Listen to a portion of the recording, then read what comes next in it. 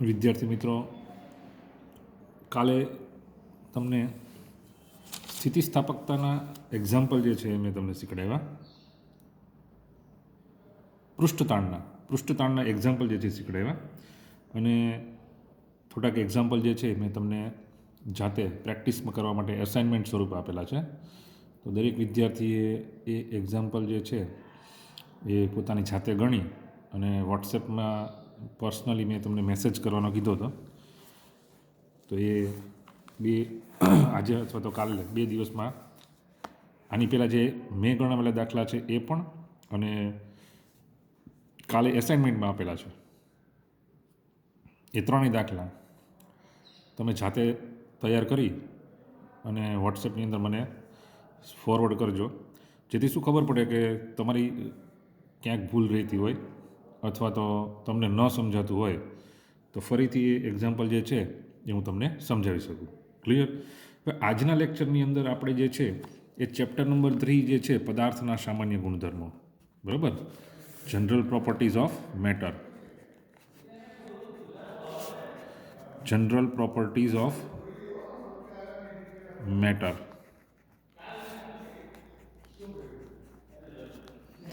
તો પદાર્થના સામાન્ય ગુણધર્મો.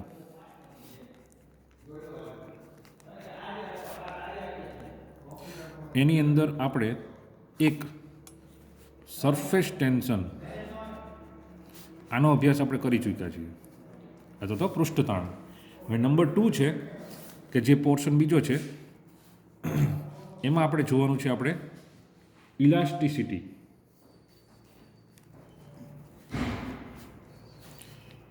અથવા તો એને કહેવામાં આવે છે સ્થિતિસ્થાપકતા.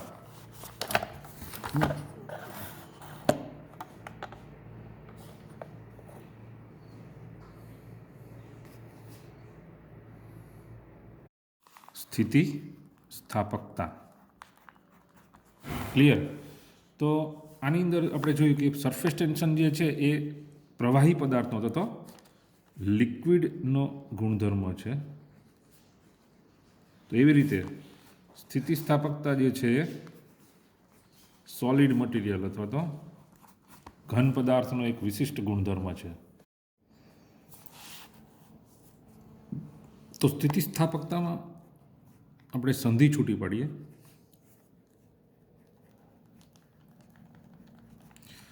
સ્થિતિ પ્લસ સ્થાપકતા,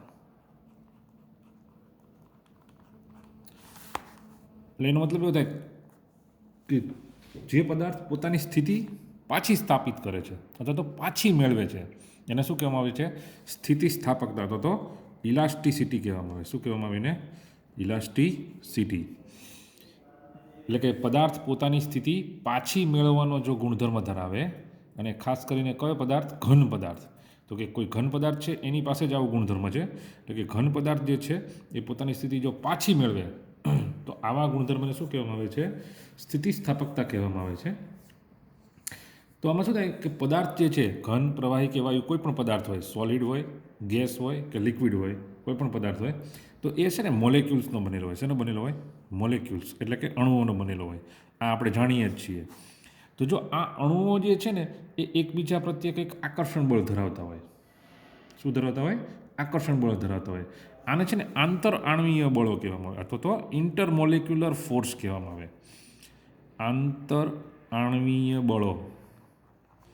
આ જે અણુઓ જે છે ને એમની વચ્ચે એક ચોક્કસ પ્રકારનું ફોર્સ લાગતું હોય છે, એક બળ લાગતું હોય છે. એને શું કહેવામાં આવે છે? ઇન્ટરમોલેક્યુલર ફોર્સ, અથવા તેને કહેવાય આંતર આણવીય બળો કહેવામાં આવે છે એને. ક્લિયર?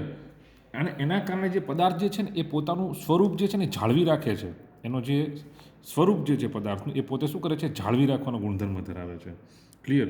અને આને જ શું કહેવામાં આવે છે? એને જ સ્થિતિસ્થાપકતા કહેવામાં આવે છે. તો આપણે એક ઉદાહરણ લઈએ તો એ ઉદાહરણથી સમજીએ તો વધારે ખ્યાલ આવશે. દાખલા તરીકે એક આપણી પાસે એક સ્પ્રિંગ છે જેની લંબાઈ L જેટલી છે. ક્લિયર? આ એક સ્પ્રિંગ છે, એની લંબાઈ શું છે? L જેટલી છે. હવે શું થાય છે કે હું એના પર કોઈ એક વેઇટ, વજન લટકાવું છું. તો તો વજન લટકાવવાથી શું થાય કે જે આ એલ લંબાઈની સ્પ્રિંગ છે એ શું થશે, એની સ્થિતિમાં થોડોક વધારો થશે, એટલે કે એની લંબાઈમાં, એની લેન્થમાં શું થશે, વધારો થશે. બરાબર. એ દાખલા તરીકે ડેલ્ટા એલ જેટલો વધારો થાય છે. હવે જેવું હું આ રિમૂવ કરી દઉં, આ વજન જે છે એ દૂર કરી દઉં, તો સ્પ્રિંગ પાછું શું થશે, પોતાની સ્થિતિ શું કરી લેશે, ધારણ કરી લેશે. તો આ જે ગુણધર્મ છે એને શું કહેવામાં આવે છે, સ્થિતિસ્થાપકતાનો ગુણધર્મ કહેવામાં આવે છે. ક્લિયર?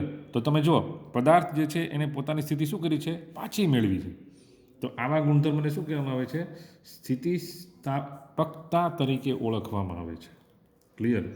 હવે જ્યારે આપણે આના પર, આ જે છે ને બાહ્ય બળ કહેવાય, આપણે આના સ્પ્રિંગ ઉપર જે છે એ શું લગાડ્યું છે, કંઈક એક્સટર્નલ ફોર્સ લગાડ્યું છે, એને શું કહેવામાં આવે છે, બાહ્ય બળ કહેવામાં આવે, અથવા તો એને કહેવાય એક્સટર્નલ ફોર્સ.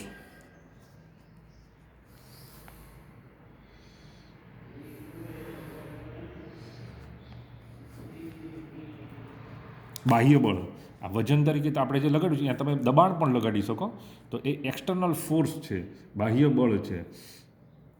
પદાર્થ ઉપર જ્યારે તમે બળ લગાડો અને પદાર્થની સ્થિતિમાં જે ફેરફાર થાય છે, બરાબર, આ જે ફેરફારવાળી સ્થિતિ જે છે ને એને વિરૂપણ અવસ્થા કહેવામાં આવે. શું કહેવામાં આવે એને?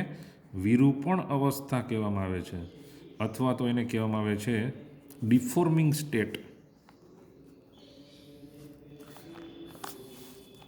Deformation state. ક્લિયર? તો વિરૂપણ અવસ્થા કહેવાય, અથવા તો એને શું કહેવામાં આવે છે, ડિફોર્મેશન સ્ટેટ કહેવામાં આવે છે. આ સ્ટેટમાંથી પદાર્થ જે છે એ પાછો શું થાય છે, પોતાના એકચ્યુઅલ સ્ટેટમાં, એટલે કે પોતાના રિયલ સ્ટેટમાં, પોતાની જે પાછી જે અવસ્થા હતી એ પાછી પ્રાપ્ત કરે છે. એટલે કે જ્યારે પદાર્થ પર તમે બાહ્ય બળ લગાડો અને બાહ્ય બળ લગાડો તો પદાર્થનું શું થાય છે, વિરૂપણ થાય છે. અને જેવું બાહ્ય બળ તમે દૂર કરો તો પદાર્થ પોતાની મૂળ સ્થિતિ પાછી પ્રાપ્ત કરે છે. આ ગુણધર્મને અથવા તો આ કેરેક્ટરિસ્ટિક્સને શું કહેવામાં આવે છે, પદાર્થની સ્થિતિસ્થાપકતા કહેવામાં આવે છે. ફરી વખત રિપીટ કરું છું, જ્યારે કોઈ પણ સોલિડ મટીરિયલ હોય એના પર તમે એક્સટર્નલ ફોર્સ એપ્લાય કરો, એટલે કે બાહ્ય બળ તમે લગાડો, તો પદાર્થ જે છે એ પોતે વિરૂપણ અવસ્થા પ્રાપ્ત કરે છે, અથવા તો ડિફોર્મેશન સ્ટેટમાં આવે છે.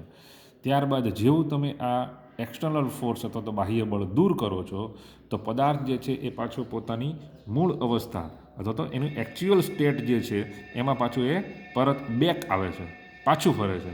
તો આવા ગુણધર્મને શું કહેવામાં આવે છે, સ્થિતિસ્થાપકતા તરીકે ઓળખવામાં આવે છે, જે આપણે આ સ્પ્રિંગના ઉદાહરણ દ્વારા સમજ્યા. આ તો આપણે સ્પ્રિંગના ઉદાહરણ, અહીં જગ્યાએ તમે કોઈ તાર લટકાવેલો હોય, બરાબર, કોઈ પણ ધાતુનો, એના પર પણ તમે જો બાહ્ય બળ લગાડો તો થોડા વત્તા ઓછા અંશે એની લંબાઈમાં પણ વધારો થાય. ક્લિયર? તો એ આગળ ઉપર આપણે બધું સમજશું.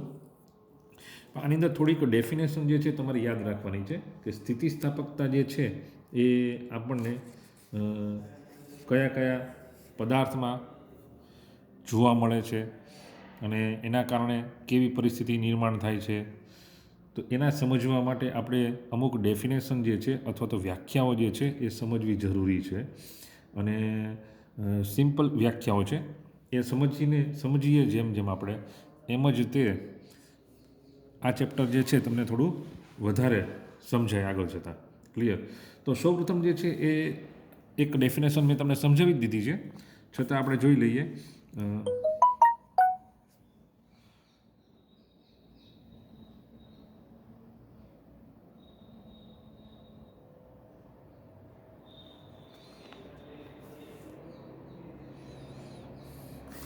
ડિફોર્મિંગ ફોર્સ અથવા તો એને કહેવામાં આવે છે વિરૂપક બળ.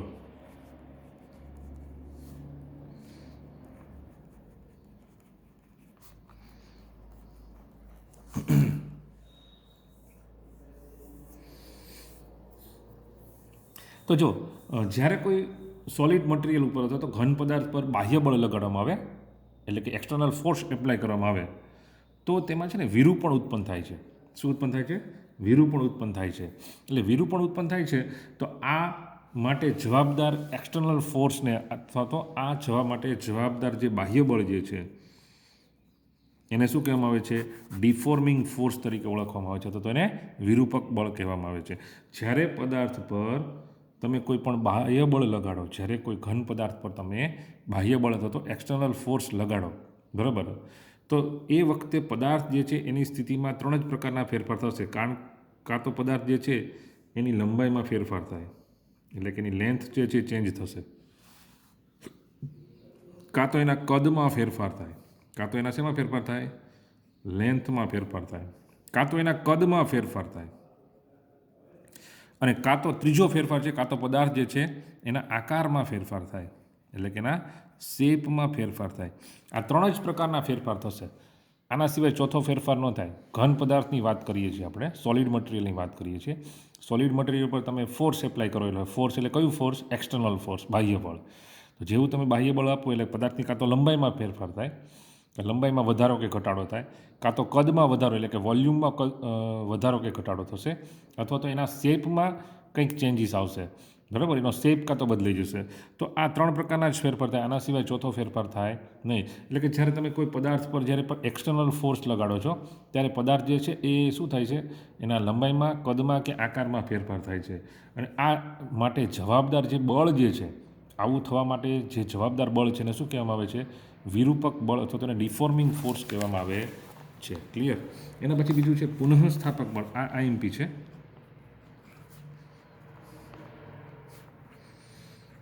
પુનઃસ્થાપક બળ, રિસ્ટોરિંગ ફોર્સ. ચલો, આ આઈએમપી છે. આ ડેફિનેશન છે ને પૂછાય તમને. એટલે કે જ્યારે તમે કોઈ પણ સોલિડ મટીરિયલ ઉપર બાહ્ય બળ લગાડો તો પદાર્થમાં શું થશે?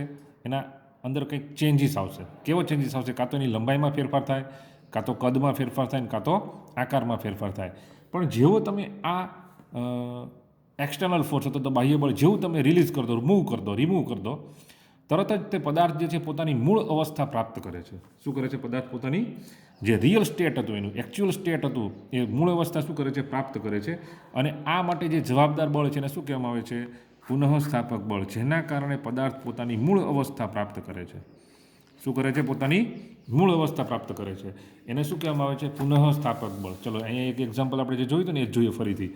જેવું તમે આ જે છે ને એ વિરૂપક બળ છે, આ જે છે એ વિરૂપક બળના, આ વિરૂપણ અવસ્થા છે, બરાબર.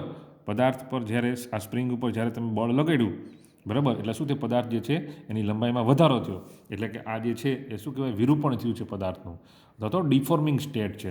જેવો હું આ પદાર્થ જે છે એને આ વજન જે છે એને હું દૂર કરી દઉં છું અહીંથી, તો પદાર્થ પોતાની શું કરે છે? મૂળ અવસ્થામાં પાછો આવી જાય છે. તો મૂળ અવસ્થામાં પ્રાપ્ત આવવા માટે એને કંઈક બળ તો જરૂર હશે ને. જેમ લંબાઈમાં વધારો કરવા માટે કંઈક બળ લાગ્યું, એ બાહ્ય બળ હતું, બરાબર. પાછો લંબાઈમાં ઘટાડો એમનામ ન થઈ જાય, એને અંદર કંઈક એવું બળ લાગતું હોય, બરાબર. એ બળ કોના કારણે લાગતું હોય છે? આંતર આણવીય બળોના કારણે લાગતું છે, કે જેના કારણે પદાર્થ છે શું કરે છે? પોતાની મૂળ અવસ્થામાં પાછો આવી જાય છે, બરાબર. એટલે એની અંદર આંતરિક બળ એવું કંઈક છે. પેલું એટલે જ આને બાહ્ય બળ કીધું છે આપણે. બાહ્ય કીધું છે તો આંતરિક પણ હશે જ ક્યાંક. એ આંતરિક શું છે? પદાર્થના આંતર આણવીય બળો, ઇન્ટરમોલિક્યુલર ફોર્સના કારણે જે સ્પ્રિંગ છે પાછી પોતાની મૂળ જગ્યાએ આવી જશે, બરાબર. તો જે બળના કારણે પદાર્થ પોતાની મૂળ સ્થિતિ પ્રાપ્ત કરે છે, આ એની મૂળ સ્થિતિ હતી. એ મૂળ સ્થિતિ જે પદાર્થ જે બળ દ્વારા પાછી પોતાની મૂળ સ્થિતિ પ્રાપ્ત કરે છે એને શું કહેવામાં આવે છે? પુનઃસ્થાપક બળ કહેવામાં આવે છે, અથવા તેને શું કહેવાય? રિસ્ટોરિંગ ફોર્સ તરીકે ઓળખવામાં આવે છે. ક્લિયર? તો આ એક સમજવા જેવો મુદ્દો છે. અને આ જે છે રિસ્ટોરિંગ ફોર્સ, એને જ આપણે ધ્યાનમાં લઈને જ ઘણી બધી થિયરી અને કેલ્ક્યુલેશન જે છે એ કરી શકીએ છીએ. એટલે પુનઃસ્થાપક બળ જે છે અથવા તો રિસ્ટોરિંગ ફોર્સ જે છે એ આઈએમપી ડેફિનેશન છે. એમાં યાદ શું રાખવાનું છે? મૂળ અવસ્થા. જે બળ દ્વારા પદાર્થ પોતાની મૂળ અવસ્થા પ્રાપ્ત કરે છે એને શું કહેવામાં આવે છે? પુનઃસ્થાપક બળ કહેવામાં આવે છે. ક્લિયર?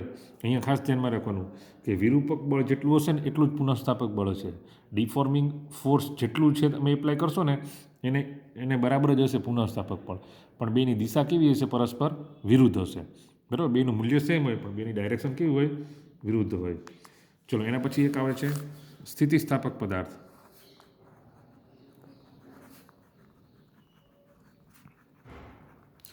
અથવા તેને કહેવાય ઇલાસ્ટિક મટીરિયલ.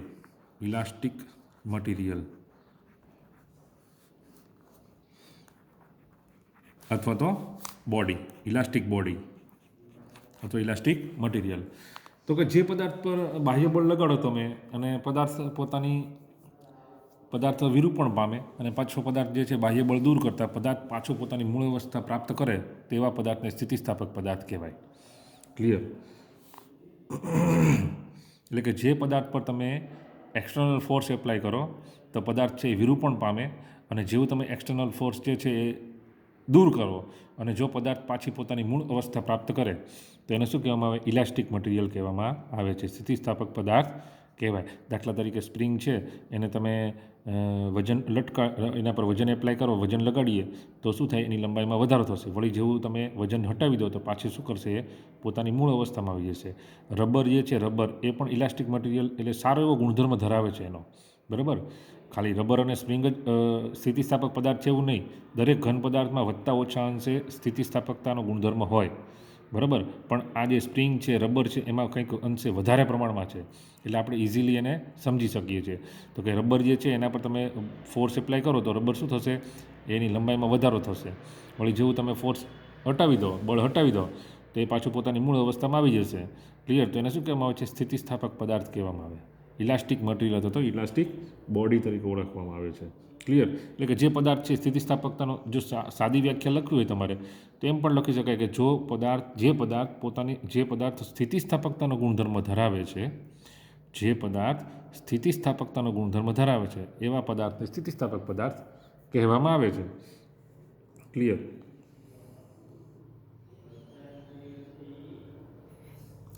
નેક્સ્ટ એના પછી જે અસ્થિતિસ્થાપક પદાર્થ,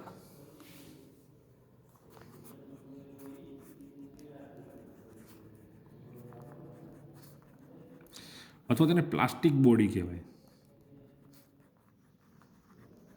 અહીંયા ખાસ ધ્યાન રાખજો, પ્લાસ્ટિક એટલે આપણે જે પ્લાસ્ટિક વાપરીએ છીએ એ પ્લાસ્ટિક નહીં. બરાબર? એ પ્લાસ્ટિક અલગ વસ્તુ છે.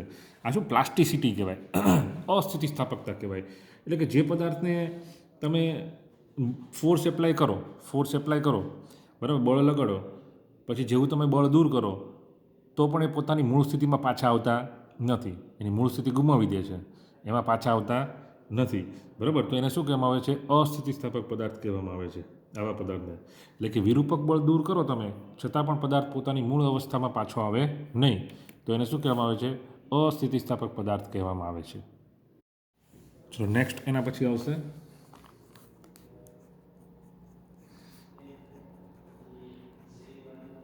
પ્રતિબળ અથવા તેને કહેવામાં આવે છે સ્ટ્રેસ.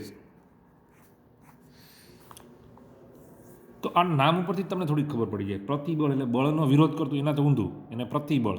ક્લિયર? પ્રતિબળ એટલે ખબર પડી જાય આપણને કે ભાઈ આ બળનો કંઈક વિરોધ કરતું હશે, એવું કંઈક હશે. એટલે કે કોઈ પણ પદાર્થ હોય, બરાબર, એના ઉપર આપણે બાહ્ય બળ લગાડીએ, એક્સટર્નલ ફોર્સ લગાડીએ ત્યારે તે પદાર્થમાં વિરૂપણ ઉત્પન્ન થાય છે. શું ઉત્પન્ન થાય છે? એમાં ડિફોર્મિંગ સ્ટેટમાં આવે છે. એટલે કે એમાં વિરૂપણ ઉત્પન્ન થાય છે. બરાબર? આ વિરૂપક બળ જે છે એનો શું કરે છે? વિરોધ કરતું, આ વિરૂપક બળનું વિરોધ કરતું એક બળ જે છે એ પદાર્થની અંદર તરત જ ક્રિએટ થઈ જાય છે, તરત જ ઉત્પન્ન થઈ જાય છે. તમે જોજો, રબર જે છે, રબરની દોરી હોય કોઈ પણ, એને તમે ખેંચજો તો સામે રબર જે છે એ પણ તમને તમારા ઉપર બળ લગાડશે. બરાબર? તમે રબરની દોરીને તમે ખેંચશો આપણે તો શું થશે? એ દોરી જે છે, આપણે રબરની દોરીને ખેંચી તો એની લંબાઈમાં વધારો થશે ને તો સામે શું થશે? આપણને પણ એમાં શું થશે? એ થોડોક એના પર આપણને પણ બળ લાગશે.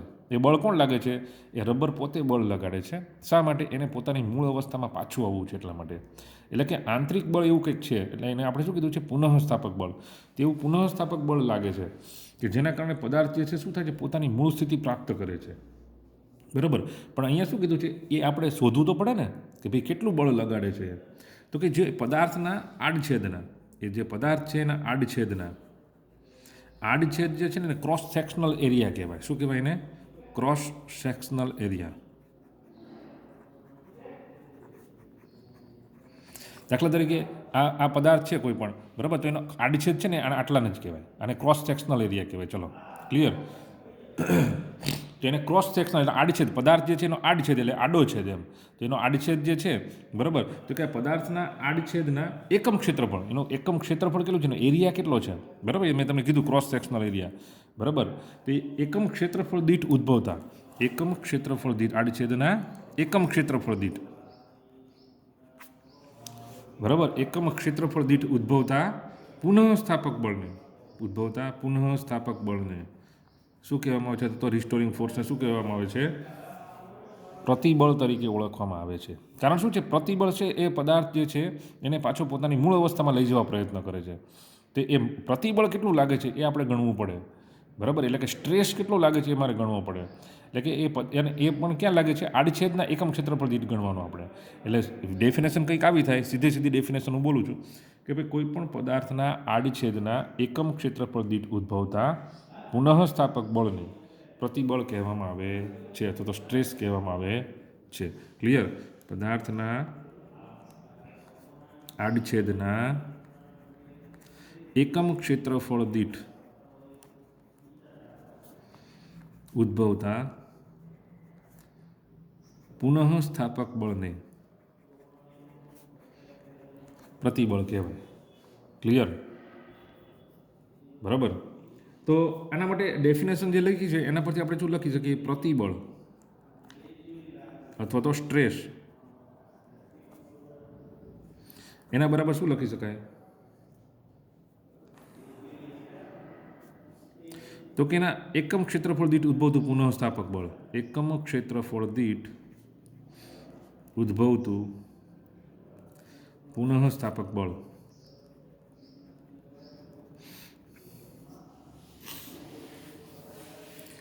અપોન આડછેદનું ક્ષેત્રફળ. ક્લિયર? આડછેદનું ક્ષેત્રફળ.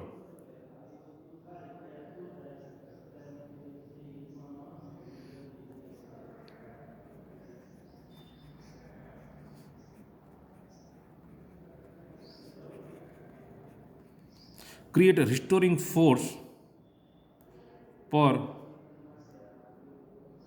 unit area divide by create restoring force per unit area divided by cross sectional area clear? create a restoring force per unit area upon cross sectional area. એટલે કે સ્ટ્રેસ ઇઝ ઇક્વલ ટુ શું થાય? એકમ ક્ષેત્રફળ દીઠ ઉદ્ભવતું પુનઃસ્થાપક બળ છેદમાં આડછેદનું ક્ષેત્રફળ. તો પુનઃસ્થાપક બળ, અહીંયા બળ આવ્યું તેની સંજ્ઞા શું થાય? એફ. આડછેદનું ક્ષેત્રફળ એટલે એરિયા, તો એરિયાની સંજ્ઞા શું થાય? એ. ક્લિયર? તો પ્રતિબળ જે છે એને આ રીતે લખી શકાય કે ભાઈ એકમ ક્ષેત્રફળ દીઠ ઉદ્ભવતું પુનઃસ્થાપક બળ એટલે એફ. કોના દીઠ? તો પુનઃસ્થાપક બળ કોના દીઠ? ક્રોસ સેક્શનલ એટલે અથવા તો એના આડછેદના ક્ષેત્રફળ દીઠ. ક્ષેત્રફળ એટલે એરિયા. ક્લિયર? અને પ્રતિબળ છે ને એને સિગ્મા વડે દર્શાવવામાં આવે છે. આ સિક્સ નથી, બરાબર? આ છે ને સિગ્મા કહેવાય. ને શું કહેવાય? સિગ્મા. હું અહીં લખું છું સિગ્મા. ક્લિયર? તો પ્રતિબળને શેના વડે દર્શાવવામાં આવે છે? સિગ્મા વડે. શેના વડે દર્શાવવામાં આવે છે? પ્રતિબળને અથવા તો સ્ટ્રેસને સિગ્મા વડે દર્શાવવામાં આવે છે. બરાબર? આ રીતે સિગ્મા થાય. ક્લિયર? અને સિગ્મા વડે દર્શાવવામાં આવે છે. જો આને પણ સિગ્મા કહેવાય. ક્લિયર? આપણે એબીસીડી જે આ છે ને ગ્રીક લેટર છે. કેવા છે? ગ્રીક લેટર છે. તો આપણે કેમ એબીસીડીની અંદર ફર્સ્ટ એબીસીડી અને સેકન્ડ એબીસીડી છે એવી રીતે આની અંદર પણ આ સિગ્મા જે છે એ બે રીતે દર્શાવવામાં આવે છે. એટલે આને પણ સિગ્મા કહેવાય અને આને પણ સિગ્મા કહેવાય. તો પ્રતિબળને શેના વડે દર્શાવવામાં આવે છે? આ સિગ્મા વડે દર્શાવવામાં આવે છે. તો સિગ્મા ઇઝ ઇક્વલ ટુ શું થાય? એફ અપોન એ. હવે આપણે સિગ્માનો યુનિટ શું થાય? બરાબર? આ સિગ્મા છે એનો યુનિટ મારે લખવો છે તો શું લખાય? એફ. બળનો એકમ શું થાય? ખબર છે આપણને, ન્યૂટન. બળનો એકમ શું થાય? ન્યૂટન. અને એરિયાનો એકમ શું થાય? Meter square. તો મને કોઈ પૂછે કે ભાઈ પ્રતિબળનો એકમ શું થાય? ન્યૂટન પર મીટર સ્ક્વેર. ક્લિયર? ન્યૂટન પર મીટર સ્ક્વેર. ક્લિયર? તો આટલી વસ્તુ છે એ ખાસ ધ્યાનમાં રાખજો. અને ખાસ તમે લોકો જે છે એ મેં તમને ફર્સ્ટ એસાઇનમેન્ટ આપ્યું હતું, કાલે એક્ઝામ્પલ આપ્યા હતા. તો એ ફરજિયાત તમે 2 થી 3 દિવસની અંદર એ જે છે કમ્પ્લીટ કરી અને એ કમ્પ્લીટ ફોટો પાડી અને મને પર્સનલી મેસેજ કરો તમે. ક્લિયર? તમારે લોકોએ રીડિંગ કરવાનું છે. જેમ જેમ આ સબ્જેક્ટ જેમ ચાલતો જાય છે એમ તમારે જે છે એ અમને નોટ્સ જે છે એ તમારે બતાવવી જરૂરી છે. ક્લિયર? તો આ 2-3 દિવસની અંદર તમે ફર્સ્ટ એસાઇનમેન્ટ આપ્યું છે, 1-2 છોકરાએ તૈયાર કર્યું છે, તો બાકીના છોકરાઓ તમે મને એ પર્સનલ નંબર જે છે એના પર મને વોટ્સએપ કરી દો. બરાબર? તો શું થાય આપણને ખ્યાલ આવે કે તમે લોકો રીડિંગ કરો છો કે નહીં એમ. એટલે આજે જે છે એ અહીંયા સુધી રાખીએ છીએ આપણે. અને આજનું જે છે એ તમારે સરફેસ ટેન્શન છે તો એની પણ તૈયારી કરી નાખો. એના એક્ઝામ્પલ ગણવાના છે. એ બીજું ચેપ્ટર આપણે બળ અને ગતિ થઈ ગયું, એ થઈ ગયું, તો એના માટે પણ તમારે નોટ્સ વ્યવસ્થિત કમ્પ્લીટ કરી નાખો. તો શું થાય કે આપણે એક્ઝામ ઉપર તકલીફ થાય નહીં. ક્લિયર? તો ચલો અહીંયા સુધી રાખીએ છીએ. નેક્સ્ટ ટૉપિક કાલે આગળ અહીંથી સ્ટાર્ટ કરશું. બરાબર? Okay, thank you.